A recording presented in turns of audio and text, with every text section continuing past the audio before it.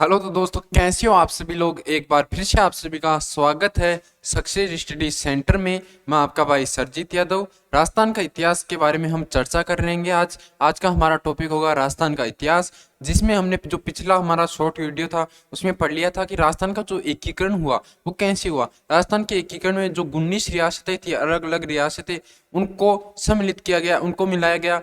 तीन जो ठिकाने थे उनको मिलाया गया और एक केंद्र शासित प्रदेश, इन सबको मिलाकर राजस्थान का एकीकरण हुआ। आजादी के बाद राजस्थान का एकीकरण हुआ। यहाँ तक हमने पिछले वीडियो में बात कर ली थी। अब हम बात करेंगे राजस्थान का जो है इतिहास, उसके बारे में चर्चा करेंगे। जो राजस्थान की 19 रियासतें थी उनमें से एक रियासत कौन सी है? हमारी मेवाड़। अब आज हम बात करेंगे मेवाड़ के इतिहास।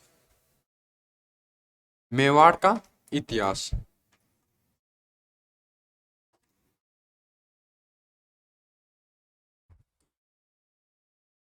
आज का टॉपिक है हमारा मेवाड़ के इतिहास के बारे में चर्चा करेंगे।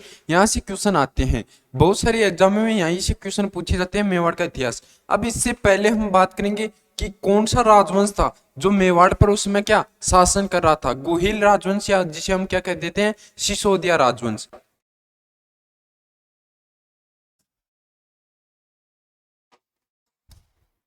वंश या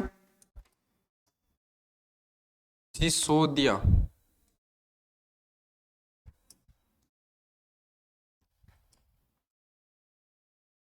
उस समय यहाँ पर मेवाड़ जो था, मेवाड़ जो क्षेत्र था, इनका शासन था किसका? गुहिल वंश या सिसोदिया राजवंश के जो लोग थे, राजा थे, वो मेवाड़ के ऊपर शासन करते थे। अब बात करेंगे जो ये क्षेत्र है हमारा कौन सा, ऐसा जो मेवाड़ का जो क्षेत्र है, ये क्या मेवाड़ का क्षेत्र है। मेवाड़ का जो क्षेत्र है इसमें कौन कौन से वर्तमान में जिले आते हैं, कौन कौन से स्थान इसमें आते हैं मेवाड़ के क्षेत्र में, तो इसके बारे में चर्चा करेंगे। पहला हमारा है भीलवाड़ा, राजसमंद और उदयपुर और चित्तौड़गढ़। ये चार क्षेत्र। कौन सा? भीलवाड़ा, राजसमंद,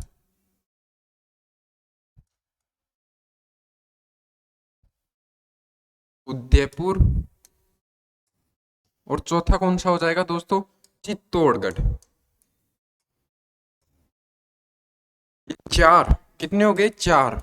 ये जो चार इलाके या चार जो जिले आते हैं वो किस में आते हैं? मेवाड़ में बात करते हैं। ये क्या है? मेवाड़ राज्य।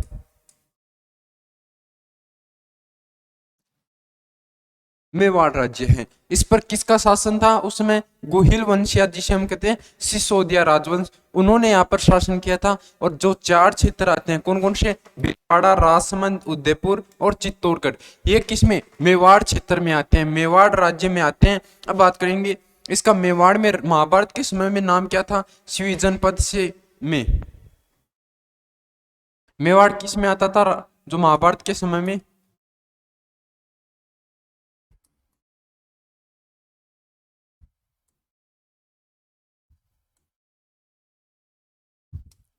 शिवी जनपद में। किसमें आता था दोस्तों? शिवी जनपद में। शिवी जनपद में ये जो क्षेत्र था, ये महाभारत के समय कहां पर था? शिवी जनपद में आता था। इसकी राजधानी क्या थी? मध्यमिका नगरी। राजधानी कौन सी हो जाएगी दोस्तों? राजधानी की बात करें,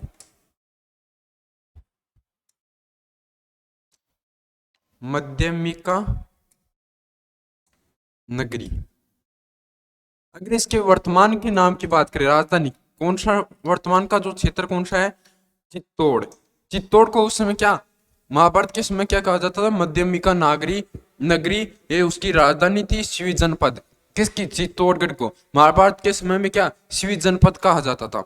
यहाँ तक हमारी बात हो गई। अब हम बात कर देंगे कि मेवाड़ जो क्षेत्र है इसमें मेव या मेर जाति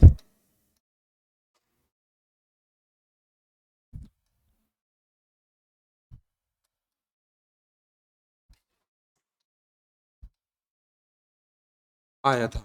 ठीक है। मेवाड़ का नाम कहाँ से निकल कर आता है? मेवाड़ का नाम कहाँ से धरा गया? मेवाड़ का नाम मेवाड़ कहाँ रखा गया, किस कारण रखा गया? मेवाड़ में अधिकतर जाति कौन सी थी? मेव, या जिसे कहा जाता है मेर जाति। मेव या मेर जाति की अधिकता होने के कारण इसका नाम मेवाड़ रखा गया। किस किस प्रक्रिया के द्वारा रखा गया, इसके बारे में हम बात करते हैं। मेट पात।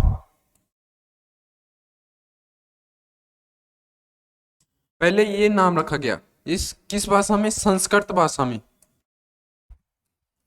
संस्कृत भाषा में मेवाड़ का नाम क्या रखा गया? मेटपात। मेवाड़ का राजा नाम रखा गया मेटपात। किस कारण? मेव जाति की अधिकता के कारण। मेवाड़ में क्या? मेव जाति की अधिकता थी, इसलिए इसका नाम क्या रखा गया था? मेटपात, संस्कृत भाषा में। फिर बात करेंगे हम मेटपात के बाद मेवाड़ का नाम अभी तक मेवाड़ नहीं आया, अभी आया मेटपात। फिर इसका नाम रखा गया प्रागवाट। हिंदी में क्या था इसका नाम?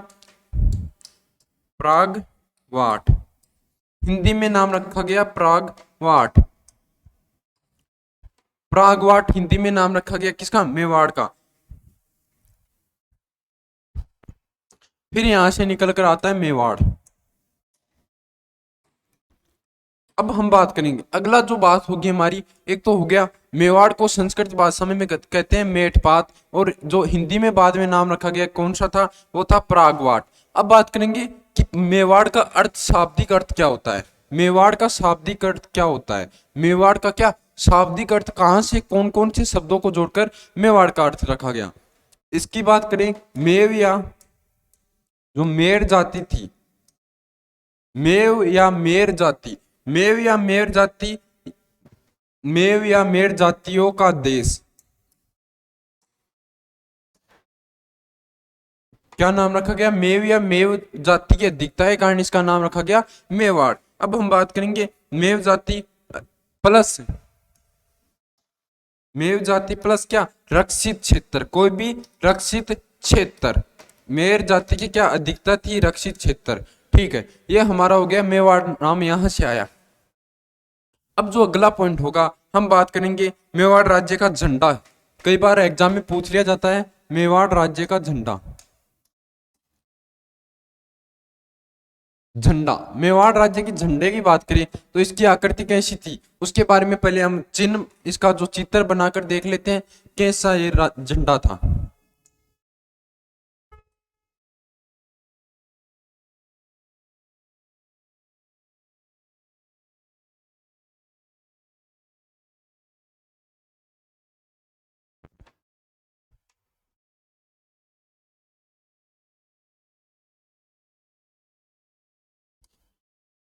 ये क्या? सूरज, जो सूर्य का क्या चित्र बना हुआ था यहाँ पर, सूर्य का चित्र, और यहाँ पर एक पट्टी अलग से थी, इसी के साथ जुड़ी हुई थी एक पट्टी, एक पट्टी जुड़ी हुई थी यहाँ पर, यहाँ पर क्या एक पट्टी जुड़ी हुई थी।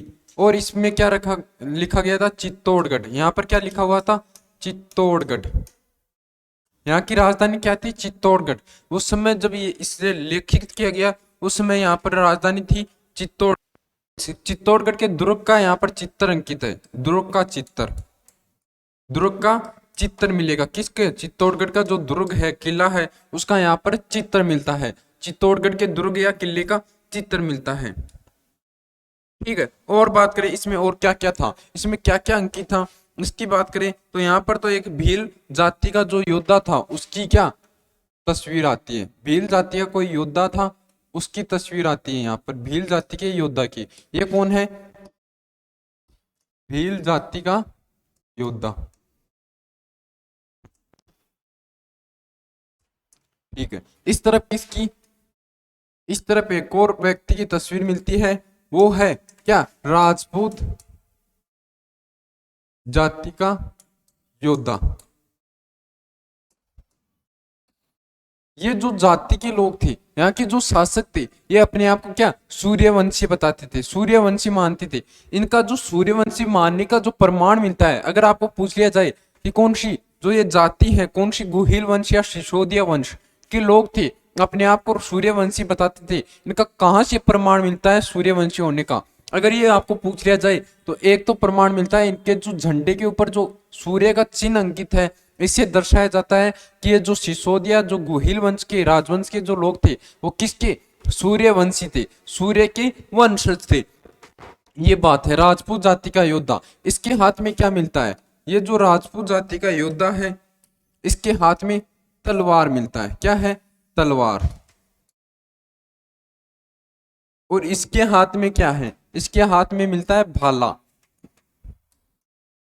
ये महाराणा प्रताप का क्या, महाराणा प्रताप का जो कोई शासक अधिकारी था, जो महाराणा प्रताप का अधिकारी था या महाराणा प्रताप का कोई सेना का योद्धा था या अधिकारी था। इसके हाथ में क्या भाला मिलता है, इसके हाथ में तलवार मिलता है। यहाँ तक हमने बात कर ली। अभी पट्टी जो पट्टी है, इसके नीचे एक पट्टी है, ठीक है।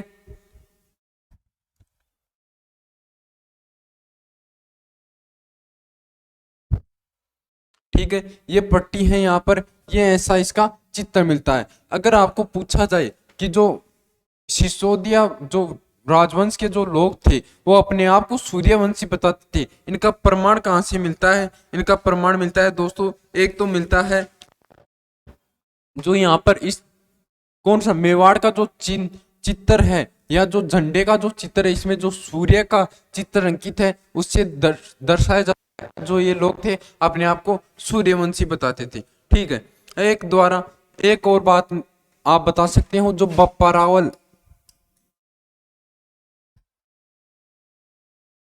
सर्वप्रथम बप्पा रावल ने जो मुद्रा या जो सिक्के चलाए थे वहां पर किसका, सूर्य का चिन्ह, सूर्य की क्या चिन्ह अंकित था। इससे भी दर्शाया जाता था कि ये लोग अपने आप को क्या सूर्यवंशी बताते थे। ठीक है,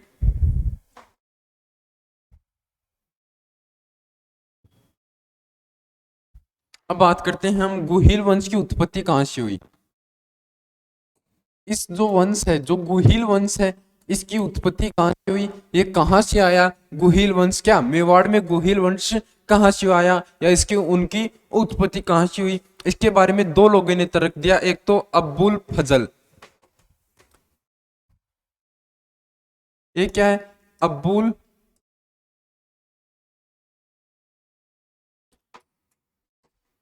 इसका तर्क पढ़ेंगे। दूसरा कौन था, कर्नल जेम्स टोड, इसने इस पर तर्क दिया कि जो गुहिल वंश के जो लोग हैं इनकी उत्पत्ति कहां से हुई। इनके बारे में दो लोगों ने तर्क दिया, एक तो था अबुल फजल, एक क्या था, कौन था, वो था James colonel Tod, colonel James Tod. ठीक है, इसने जो अबुल फजल है इसने कहा था कि जो ये मेवाड़ के जो लोग हैं वो ईरान के नौशेखा आदिल के संतान हैं। किसके,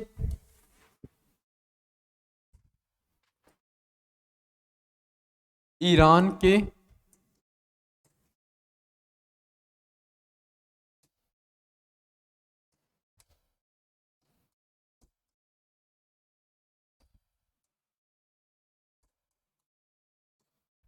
ईरान के जो नौशेखा आदिल नाम का जो व्यक्ति है उसने यहाँ पर क्या शासन किया था, उन्हीं का वंशज है। कौन, गुहिल वंश के जो राजा लोग हैं या शासक जो लोग हैं वो किसके, ईरान के जो नौशेखा आदिल शासक संतान है, शासक थे उनकी संतान है। अब बात करते हैं कर्नल जेम्स टोड ने क्या कहा कि इन वंश के लोगों की उत्पत्ति कहाँ से हुई। कर्नल जेम्स टोड का क्या तर्क रहा, कर्नल जेम्स टोड ने इनके बारे में क्या रहा कहा राय दी, उसके बारे में बात करेंगे।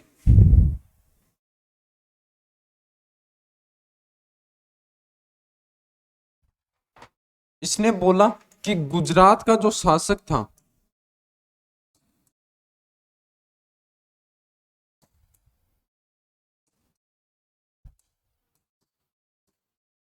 कौन, शिलादित्य,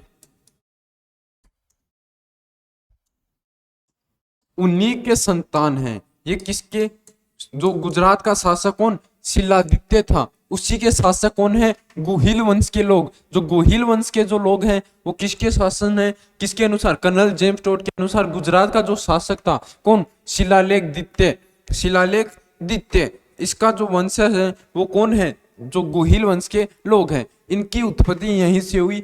अधिकतर इसको मत दिए जाते हैं, जो कर्नल जेम्स टोड ने बताया गुजरात का शासक कौन, शिलालेख दित्य के संतान कौन है, गुहिल वंश या सिसोदिया राजवंश के लोग हैं। यहाँ तक हमने बात कर ली। अब गुहिल वंश के कुल देवी कुल देवता उनके बारे में बात करेंगे।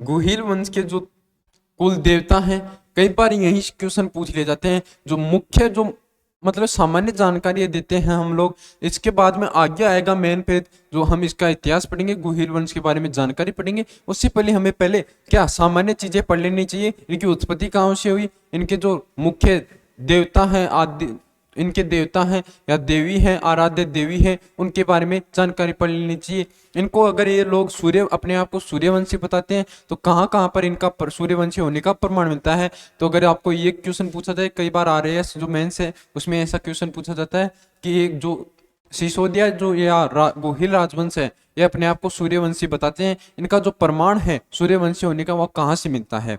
आपको अगर दो तरफ पूछा जाए तो सीधा सीधा बात है, सीधा सीधा आंसर है कि जो इनका जो मेवाड़ का जो तिरंगा है उसके ऊपर जो सूर्य का क्या चित्र अंकित है, उनसे इनका प्रमाण मिलता है कि ये लोग अपने आप क्या सूर्यवंशी बताते हैं। एक क्या बप्पारावल ने जो सिक्के चलाए थे, मुद्रा चलाई थी, उस पर भी सूर्य का चित्र अंकित है। दो तरह का आपको बता देने हैं। ये हमारी बात हो गई। अब बात करेंगे इनके जो गोहिल वंश के लोग हैं, इनका आराध्य देवता देवी और इनका क्या है कुल देवता और क्या है। चार इसमें आएंगे, चार बातें होगी। एक तो होगा कुल देवता,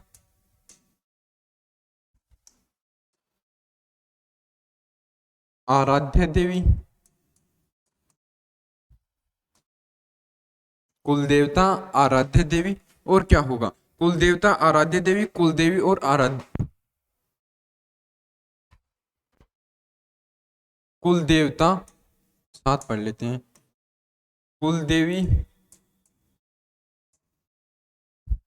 और क्या आराध्य देवी।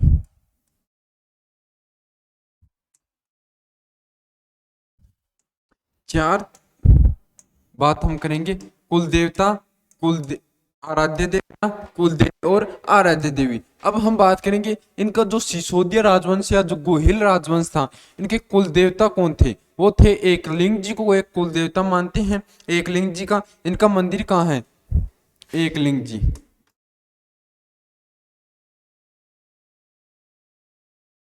मंदिर कहाँ है, कैलाशपुरी। ये कहाँ है, उदयपुर में।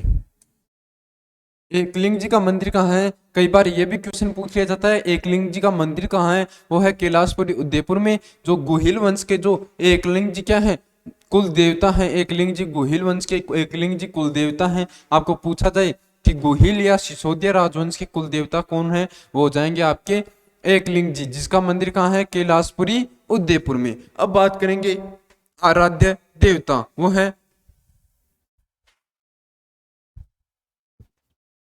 गाबोर।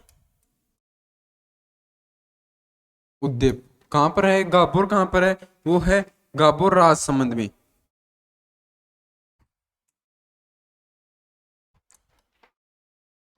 गाबोर राजसमंद का चार भुजा नाथ जी, चार भुजा नाथ जी। गाबोर राजसमंद का, राजसमंद का गाबोर राजसमंद का चार भुजा नाथ जी इनका क्या है, कुल देवता है। कुल देवता कौन, आराध्य देवता है। कुल देवता कौन है, एकलिंग जी, जो कहां पर है, कैलाशपुरी उदयपुर में इनका मंदिर है। और आराध्य देवता कौन है, गाबोर राजवंश के राजसमंद के चार भुजा नाथ जी को ये क्या अपना आराध्य देवता मानते हैं। अब बात करते हैं कुल देवी और आराध्य देवी की। अगर हम कुल देवी की बात करें, वो मानते हैं अपने बाण देवी को। कुल देवी कौन हो जाएगी, बाण देवी। इनका मंदिर कहाँ है, चित्तौड़गढ़ में। चित्तौड़गढ़ में मंदिर है किसका, बाण देवी, जो कुल देवी है। सिसोदिया जो या गोहिल जो राजवंश है, उनकी कुल देवी कौन है, बाण देवी, जिसका मंदिर कहाँ पर स्थित है, वो है चित्तौड़गढ़ में। चित्तौड़गढ़ और एक केलवाड़ा राजसमंद में, केलवाड़ा। यहाँ पर हमने जो मंदिर है उनकी भी बात कर ली। कई बार इन्हीं से क्वेश्चन पूछ लिए जाते हैं कि जो एकलिंग जी है उसका मंदिर कहाँ पर है, राजस्थान में एकलिंग जी का मंदिर है कैलाशपुरी उदयपुर में। दूसरी बात आ गई, एक जो चार भुजा नाथ जी का मंदिर गब्बोर राजस्थान में है, राजसमंद में, वो किसके आराध्य देवता हैं, वो है जो हमारा कौन सा वंश है, गोहिल या जो सिसोदिया राजवंश है, उनके आराध्य देवता हैं। कुल देवी, कुल देवी कौन हो जाएगी, वो हो जाएगी बाण देवी। चित्तौड़गढ़ या केलावा केलावाड़ा राजसमंद में इनका क्या है, मंदिर है, केलवाड़ा राजसमंद में। आराध्य देवी कौन सी हो जाएगी, सारभुजा माता। इनका मंदिर कहां पर है, हल्दी घाटी में, यहाँ पर इनका मंदिर है। अब इनकी बात कर लेते हैं अच्छी तरीके से, एक बार फिर से हमें याद कर लेते हैं। कुल देवता कौन हो जाएंगे, जो सिसोदिया या गोहिल राजवंश का कुल देवता कौन, एकलिंग जी। इनका मंदिर कहाँ है, कैलाशपुरी उदयपुर में। ये बात हो गई। अब आराध्य देवता कौन हो जाएंगे, गब्बोर राजस्थान के जो चार बुधानाथ जी का जो है वो इनके आराध्य देवता हो जाएंगे। अब बात करें कुल देवी की, बाण की देवी जो चित्तौड़गढ़ में इनका मंदिर है। और अब बात करेंगे आराध्य देवी की, वो क्या, चार भुजा माता, कहां पर इनका मंदिर है, हल्दी घाटी में। ये इनके आराध्य देवता देवी की बात हो गई, जो कुल देवी है और कुल देवता, ये चार हमने बात कर ली। अब इनकी जो राजधानियां हुई, राजधानियां कौन कौन सी हुई, मेवाड़ की राजधानियां।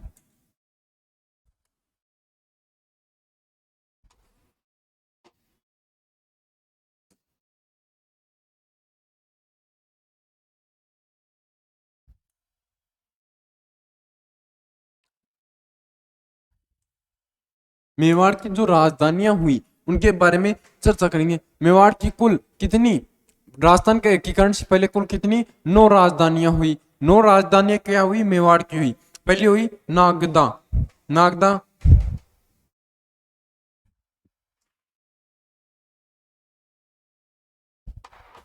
पहली कौन सी हो जाएगी, नागदा। ये कब हुई, बप्पा रावल के समय, बप्पा रावल के काल में। बप्पा रावल के काल में किसने, बप्पा रावल ने अपनी राजधानी कौन सी बनाई थी, वो बनाई थी नागदा। नागदा को बप्पा रावल ने, मेवाड़ जो क्षेत्र था, जब मेवाड़ पर बप्पा रावल ने शासन किया या शासक बने, तब अपनी राजधानी किसको बनाया था, वो बनाया था नागदा को।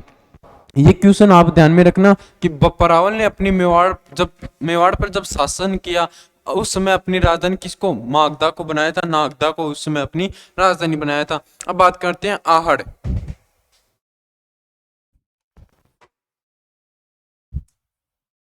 आहड़, आहड़ की बात करते हैं। आहड़ को कब राजधानी बनाया, जब कौन, अल्हट जो राजा थे, कौन, अल्लट, अल्लट जो राजा थे,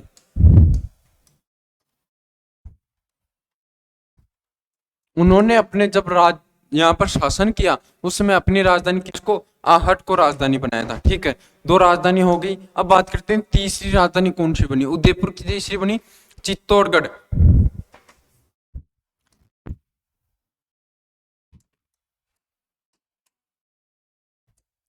चित्तौड़गढ़ महाराजा महाराणा जेतर सिंह के समय, महाराणा जेतर सिंह ने जब मेवाड़ पर शासन किया, उस समय उसने क्या, अपनी राजधानी किसको बनाया था, चित्तौड़गढ़ को राजधानी बनाया था। किसकी, मेवाड़ की राजधानी। महाराणा जेतर सिंह ने जब मेवाड़ पर शासन किया, उस समय उन्होंने अपनी राजधानी चित्तौड़गढ़ को बनाया था। अब बात करते हैं अगली जो राजधानी है, चौथी जो राजधानी आती है मेवाड़ की, जो चौथी राजधानी है उदयपुर। उदयपुर और फिर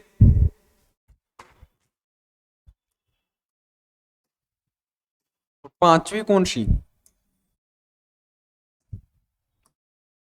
गोगुंदा। उदयपुर और जो गोगुंदा है, मेवाड़ की राजधानियां बनी कौन कौन सी, एक तो बनी उदयपुर और एक गोगुंदा, महाराणा उदय सिंह।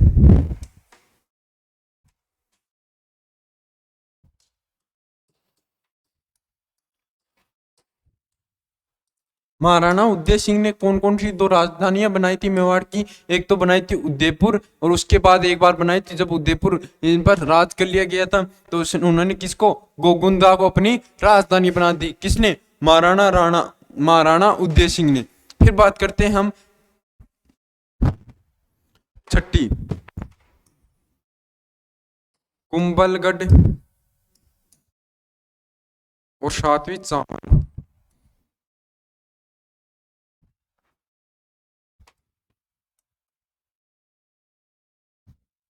ठीक है, ये 2 राजधानियां बनी कौन कौन सी, एक तो बनी कोमलगढ़, एक बनी चावंत। ये महाराणा प्रताप सिंह ने बनाई थी। किसने, महाराणा प्रताप सिंह। महाराणा प्रताप सिंह ने अपनी जो शासन काल में कितनी राजधानियां बनाई, ये क्वेश्चन पूछ लिया जाए। महाराणा जो प्रताप सिंह हुए उन्होंने अपने शासन काल में कितनी राजधानियां बनाई? मेवाड़ की 2 राजधानियां बनाई थी। एक तो बनाया था एक बार कुंभलगढ़ को, फिर किसको? चावंड को अपनी राजधानी बनाया था। उदयपुर में जो चावंड को अपनी राजधानी बनाई। अब आती है बात 8वीं बार फिर से किसको? चित्तौड़गढ़ को। फिर से किसको बना दिया गया? चित्तौड़गढ़ को। फिर से जो मेवाड़ है उसकी राजधानी किसको बना दिया गया? चित्तौड़गढ़ को। सन 1615 में महाराणा अमर सिंह,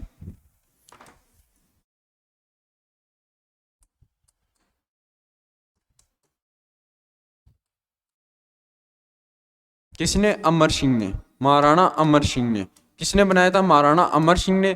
किसको? चित्तौड़गढ़ को। सन 1615 में महाराणा अमर सिंह के शासनकाल में अमर सिंह ने कौन सी राजधानी बनाई थी? वो बनाई थी चित्तौड़गढ़ को। ठीक है, फिर बात आती है जो लास्ट राजधानी, राजस्थान के एकीकरण से पहले मेवाड़ की जो राष्ट्र राजधानी थी वो थी उदयपुर। उदयपुर को लास्ट में किसको बनाया गया था? उदयपुर को। महाराणा किसके में? भीम सिंह ने, महाराणा भीम सिंह ने। अगर आपको क्वेश्चन पूछा जाए कि मेवाड़ की लास्ट राजधानी कौन सी थी राजस्थान के एकीकरण के समय, या मेवाड़ की राजधानी कौन सी थी, वो कौन सी हो जाएगी? उदयपुर हो जाएगी। महाराणा भीम सिंह के समय कौन हो जाएगी? उदयपुर हो जाएगी। ये 9 राजधानियां बनी, इनके बारे में एक बार फिर से हम बात कर लेते हैं। सबसे पहले बनी थी कौन सी? नागंदा, जो है बप्पा रावल के शासनकाल में, बप्पा रावल ने बनाई थी। फिर बनाया आहड़, जो अलर्ट राजा के शासनकाल में। फिर चित्तौड़गढ़ किसने बनाया? एक तो महाराणा जेतर सिंह और एक महाराणा भीम सिंह ने। 2 नहीं, ये चित्तौड़गढ़ नहीं, वो तो उदयपुर बनाया था भीम सिंह ने। महाराणा जेतर सिंह ने। उदयपुर किसने बनाया? एक तो महाराणा उदय सिंह ने, एक महाराणा भीम सिंह ने। जो उदय सिंह ने एक बनाया गोगुंदा को राजधानी। फिर बनाते हैं महाराणा जो प्रताप सिंह आते हैं, उन्होंने कुंभलगढ़ को, जब कुंभलगढ़ पर अधिकार कर लिया जाता है, जीत लिया जाता है, फिर उन्होंने चावंद को अपनी राजधानी बना दिया गया। किसने? महाराणा प्रताप सिंह ने। फिर बनाते हैं चित्तौड़गढ़ को सन अमर सिंह ने बनाया, और उदयपुर को किसने? महाराणा भीम सिंह को। ये हुआ हमारी जो सामान्य जानकारी है, एक बार इसको देख लेना, ताकि कई बार यहीं से क्वेश्चन, आगे जाने की जरूरत ही नहीं, यहीं से क्वेश्चन पूछ ले जाते हैं। जब तक हमारे पास सामान्य जानकारी नहीं होगी तो हम आगे पढ़कर क्या करेंगे? पहले सामान्य जानकारी जानना जरूरी है। तो यह सामान्य जानकारी है। अब कल से हम स्टार्ट करेंगे जो आगे राजस्थान का इतिहास, मेवाड़ का इतिहास है, उसमें आगे बढ़ेंगे। ये हमारी क्लास है। अगर वीडियो अच्छा लगा हो, मेरा पढ़ाने का तरीका अच्छा लगा हो, आपको अच्छे समझ में आया हो, तो वीडियो को लाइक जरूर करके जाना, कमेंट करके बताना कि कैसा आपको वीडियो लगा, कैसे आपकी क्लास लगी, और अपने दोस्तों के साथ क्लास को शेयर करना, चैनल को सब्सक्राइब कर लेना, जो आने वाली क्लासें हैं वो आपको पहुंच जाए। बेल आइकन को जरूर प्रेस कर लेना। ठीक है, थैंक यू।